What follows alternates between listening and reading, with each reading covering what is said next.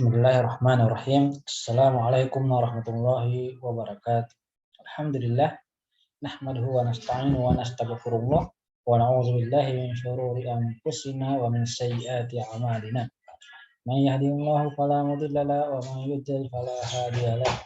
Asyhadu an la ilaha illallah wahdahu la syarika lah wa asyhadu anna sayyidina Muhammadan abduhu wa rasuluh. Allahumma shalli wa sallim wa barik ala sayyidina Muhammad wa ala alihi wa ashabihi ajma'in, amma ba'du. Materi kita pada malam ini adalah tentang sejarah perkembangan hadis. Nah,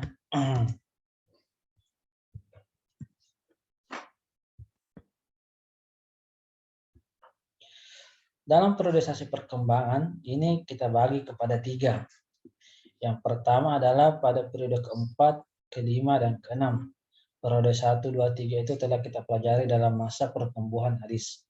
Nah, pada periode ketiga, pada periode keempat, yaitu ketika sudah mulai masa pengumpulan dan pembukuan hadis. Dan yang pada kelima adalah masa pentasihan dan penyusunan kaidah-kaidah. Dan pada periode keenam, dari awal abad keempat sampai sekarang. Jadi masa perkumpulan ini terjadi pada abad kedua, dan periode kelima ini terjadi pada abad ketiga Hijriah. Nah, pada abad kedua itu adalah pada masa pengumpulan dan pembukuan hadis. Nah, jika pada masa-masa sebelumnya itu tulisan tentang hadis itu sudah ada. Ada sahabat yang menuliskan hadis. Tapi masanya dikenal sebagai hanya shahifah atau hanya lembaran-lembaran saja. Belum ada terkodifikasi secara resmi, belum terkumpulkan secara resmi menjadi sebuah buku. Nah, baru pada abad kedua Hijriah, ketika Khalifah Umar bin Abdul Aziz rahimahullah memerintahkan kepada gubernur Madinah, yaitu Abu Bakar bin Muhammad bin Mah bin Hasmin, supaya membukukan hadis yang terdapat pada penghafal perempuan yang bernama Amrah bin Abdirrahman bin Sa'ad bin Surarah bin Adis. Amrah ini adalah murid daripada Aisyah radhiyallahu anha, dan hadis pada Al-Qasim bin Muhammad bin Abu Bakar As-Siddiq. Al-Qasim ini adalah salah seorang ulama besar di Madinah yang merupakan cucu daripada Abu Bakar. Nah, perintah daripada Khalifah Umar ini kemudian dilaksanakan oleh gubernur. Gubernur ini merupakan termasuk gurunya Imam Malik, gurunya Al-Laits bin Sa'ad dan sebagainya. Nah, ketika gubernur ini kemudian memerintahkan kepada para ulama-ulama untuk menuliskan hadis agar membukukan hadis-hadis tersebut apa yang mereka ketahui. Karena pada masa itu ditakutkan jangan sampai ketika tidak ada pembukuan secara resmi, hadis itu akan semakin lama semakin akan menjadi hilang.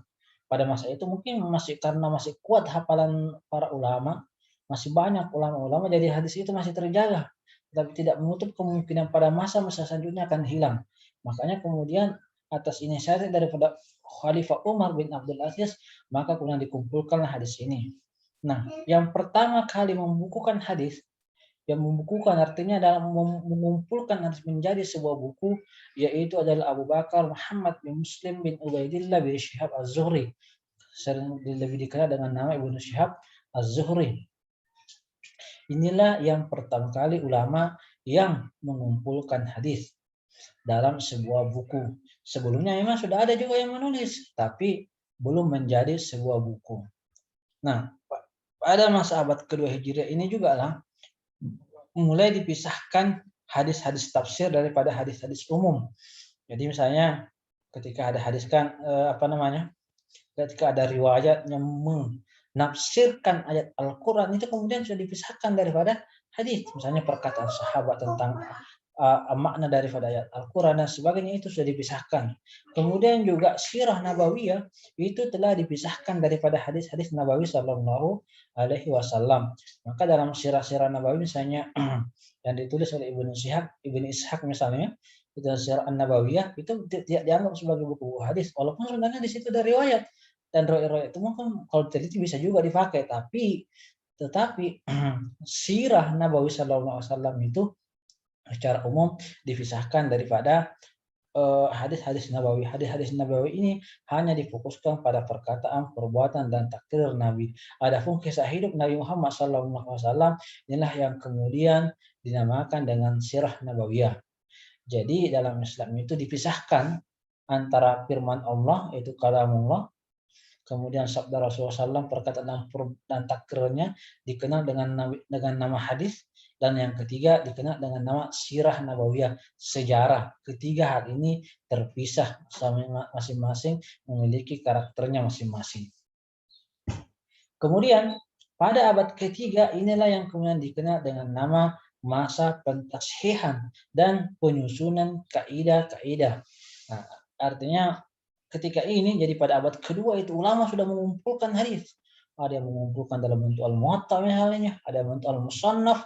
Nah, maka pada abad ketiga ini dia tidak hanya sekedar mengumpulkan hadis, tapi sudah mulai melakukan sudah mulai secara resmi juga menilai hadis-hadis tersebut. Mungkin dipilih yang mana sahih, yang mana hasan, yang mana dhaif. Hingga muncullah kemudian nanti kaidah-kaidah, ada qawaidut tahdits, ada ilalul hadis, ada tarjamah rawi dan sebagainya.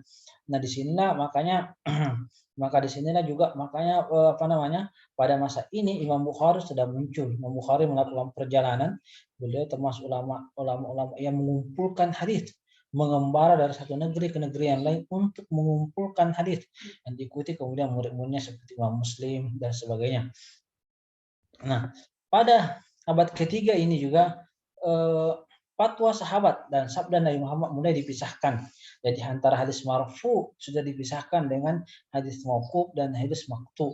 Kalau pada karya abad-abad sebelum abad ketiga, pada abad kedua misalnya al-muwatta, al-musannaf, itu masih kita banyak menemukan sabda perkataan sahabat. Masih banyak kita temukan pendapat tabi'in. Akan tetapi pada abad ketiga, kitab-kitab hadis itu bisa dikatakan sudah tidak memuat lagi perkataan sahabat, walaupun ada cuma sedikit saja. Dalam sana Sahih Bukhari, Sahih Bukhari itu sudah khusus pada hadis-hadis Nabi Muhammad Sallallahu Alaihi Wasallam. Beda dengan Al-Muwatta Imam Malik. Al-Muwatta Imam Malik banyak terdapat perkataan sahabat dan tabi'in. Nah, kenapa? Karena sudah berbeda masanya. Maka kalau pada masa awal itu, pada abad kedua itu fokusnya mengumpulkan semuanya, maka pada abad ketiga ini dia setelah dikumpulkan pada abad kedua, barulah kemudian mulai proses memilih dan memilah untuk memisahkan yang mana perkataan Nabi, yang mana sahabat, yang mana yang sahih, yang mana dhaif. Nah, itulah abad ketiga. Kemudian pada abad keempat Hijriah, nah pada keempat Hijriah, setelah proses pensahihan telah terjadi, barulah kemudian di sini muncul abad keempat Hijriah. Nah, di sini punya karakter yang berbeda lagi dari sebelumnya. Bahkan disinilah mulai pada abad keempat Hijriah inilah kemudian generasi ulama dikatakan generasi mutaakhirin. Nanti istilah-istilah mutakaddimin, mutakaddimin yang terdahulu, mutakhirin artinya belakangan. Mutakaddim itu maksudnya, ulama mutakaddim itu maksudnya pada ulama-ulama yang masih berada pada abad ke-1, ke-2, dan ke-3 Hijriah. Tapi pada abad ke-4 Hijriah itu sudah dikenalkan dengan nama mutaakhirin. Apa yang terjadi pada abad ke-ini? Ketika abad ketiga itu semua hadis telah dikumpulkan. Sebagian besar hadis telah dikumpulkan pada abad ketiga. Maka pada masuk bab keempat itu tidak diperlukan lagi. Artinya ulama merasa itu tidak perlu lagi mencari sanad-sanad yang sampai kepada Rasulullah. Karena sanad-sanad itu sudah sampai semua terbukukan. Sudah semua terbukukan pada abad ketiga. Semua terbukukan pada abad ketiga, maka pada abad keempat orang-orang sedang fokus untuk mencari sanad ke kitabnya. Walaupun juga masih ada sedikit misalnya yang memiliki sanad sampai kepada Rasulullah Sallallahu Alaihi Wasallam. Masih ada sebagian, walaupun tinggal sedikit. Tetapi fokusnya sekarang bukan lagi mencari sanad tersebut, tetapi bagaimana cara memperbaiki susunan tersebut. Maka pada akhir abad keempat selesailah sudah penyusunan hadis. Kitab-kitab hadis telah banyak. Kitab-kitab hadis telah terkumpul semua dengan berbagai bentuknya, dengan berbagai susunannya. Maka kemudian pada abad keempat inilah dan abad kelima dan seterusnya fokus kepada bagaimana memperbaiki susunan kitab hadis. Jadi kalau pada abad kedua itu mengumpulkan hadis, pada abad ketiga mensahihkan, mendaifkan, memilih sahih dan daifnya, maka pada keempat inilah kemudian diperbaiki susunannya, dan abad-abad selanjutnya memperbaiki susunan kitab hadis, diperbaiki maknanya dan sebagainya. Sudah lebih tertata dengan rapi. Nah, ini adalah kemudian jenis-jenis kitab hadis. Nah, dalam jenis-jenis kitab hadis ini, dalam ilmu hadis ada berbagai macam istilah-istilah kitab. Dan setiap istilah itu ya punya makna yang berbeda masing-masing. Misalnya ada namanya al-jawami. Al-jawami itu jamak daripada kata al-jami. Al-jami itu adalah misalnya contoh al-jami Sahih Bukhari atau al-jami Sahih Muslim. Itu namanya kitab al-jami. Kitab al-jami adalah kitab hadis yang menghimpun pembagian bab yang berkaitan dengan topik-topik agama. Jadi semua tema-tema agama itu ada di situ dalam al-jami itu. Mulai dari akidah, mulai tentang hari akhirat, bahkan tentang tafsir ayat pun ada. Jadi dia tidak hanya memfokuskan pada masalah fikih saja, tidak hanya memfokuskan pada masalah akidah semata, tidak. Tetapi seluruh materi-materi pokok keagamaan ada dalam al-jami, dalam kitab al-jawami. Lalu kemudian ada namanya kitab as-sunan. Misalnya Sunan Abu Dawud, Sunan Tirmidzi, An-Nasai atau Ibnu Majah. Kitab as-sunan adalah kitab hadis yang menghimpun hadis-hadis yang marfu. Hadis marfu artinya hadis yang sampai kepada Nabi Muhammad SAW. Artinya hadis ini periwayatannya dari Rasulullah SAW. Karena perkataan sahabat itu sebenarnya hadis, tapi namanya hadis mauquf. Perkataan tabi'in pun hadis, tapi namanya hadis maqtu'. Nah, hadis maqtu' mauquf itu tidak masuk dalam sunan. Yang difokuskan sunan adalah hadis marfu atau hadis yang sampai kepada Nabi Muhammad SAW. Kemudian susunan daripada kitab as-sunan ini dia berdasarkan kitab-kitab fikih. Jadi dia berdasarkan urutan masalah-masalah fikih. Misalnya masalah air, masalah tentang wudhu, sholat, zakat, dan sebagainya. Berbeda dengan al-jami. Al-jami itu mencakup pokok-pokok ajaran agama. Kalau as-sunan dia hanya kepada masalah-masalah fikih semata. Kemudian ada namanya kitab al-musannafat. Al-musannafat. Al-Musannaf ini misalnya Al-Musannaf Ibnu Abi Syaibah atau Al-Musannaf Abdul Razak. Nah, kitab ini sama dengan sunan. Dia disusun berdasarkan bab-bab fikih, cuma bedanya Al-Sunan ini mencantumkan hadis-hadis mauquf dan hadis-hadis maqtu'. Al-Musannaf ini mencantumkan hadis-hadis mauquf dan maqtu', artinya hadis-hadis yang sampai kepada sahabat dan tabi'in saja. Juga jadi dalam musannaf ini dia ada perkataan tabi'in, ada perkataan sahabat, ada perkataan Rasulullah. Kalau sunan hanya Rasulullah saja. Sahabat dan tabi'in tidak dimasukkan dalam sunan. Kemudian ada namanya al-muwatta, al-muwatta Imam Malik. Al-muwatta ini sama pengertiannya dengan musannaf, hanya penamaannya yang berbeda. Kemudian namanya ada al-mustadrak. Mustadrak ini adalah hadis yang belum dimuat oleh kitab hadis yang ada sebelumnya. Akan tetapi hadis-hadis ini memenuhi syarat kitab-kitab sebelumnya, misalnya Mustadrak Hakim. Jadi dia mengumpulkan hadis yang tidak dikumpulkan Imam Bukhari, tetapi hadis-hadis yang dikumpulkan ini memenuhi persyaratan Imam Bukhari. Artinya kalau hadis ini ada artinya Imam Bukhari ini bisa dimasukkan dalam kitabnya Imam Bukhari. Dia memenuhi syaratnya, tapi tidak disebutkan namanya. Kemudian kita tidak disebut hadis-hadis yang tidak disebutkan inilah yang kemudian namanya mustadrak. Kemudian ada namanya mustakhrajat. Al-mustakhrajat adalah kitab yang mentakhrij hadis-hadis yang sudah tercantum di kitab lain. Mustakhraj ini artinya begini. Jadi dia meriwayatkan hadis dari riwayatnya dia. Jadi misalnya ada kita anggap Sahih Bukhari. Sahih Bukhari ini meriwayatkan dari gurunya kan sampai kepada Muhammad SAW.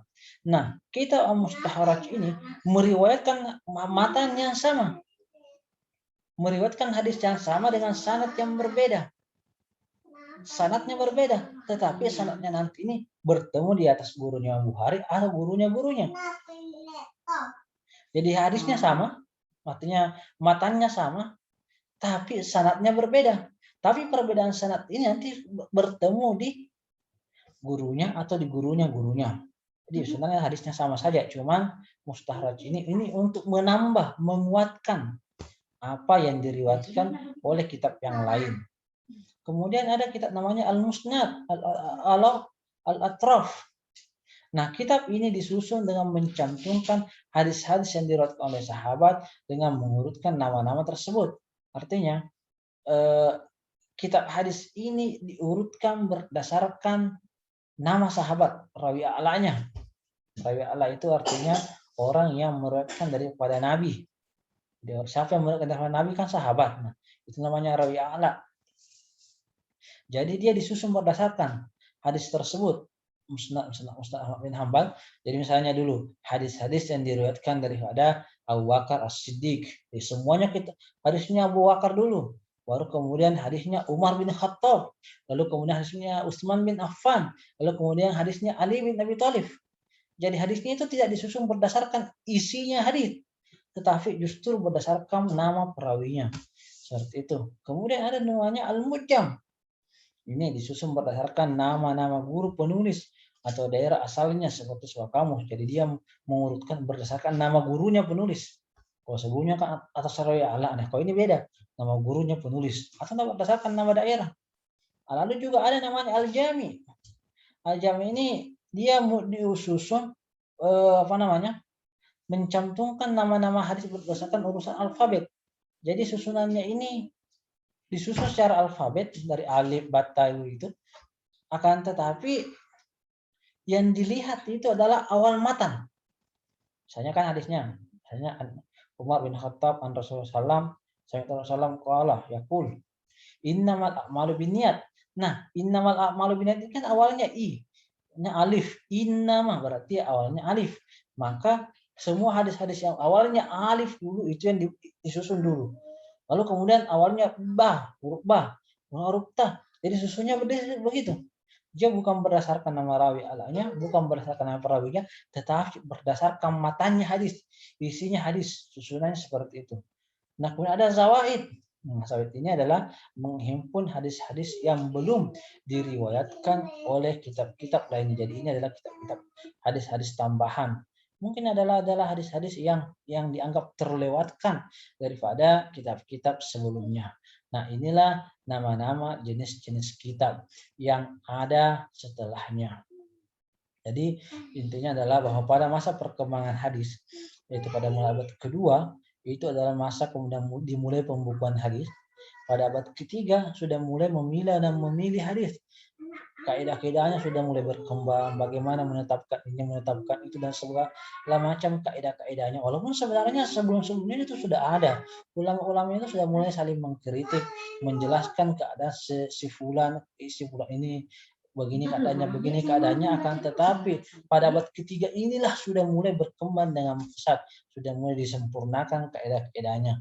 Nah, pada keempat barulah kemudian diperbaiki susunannya daripada kumpulan hadis-hadis sebelumnya.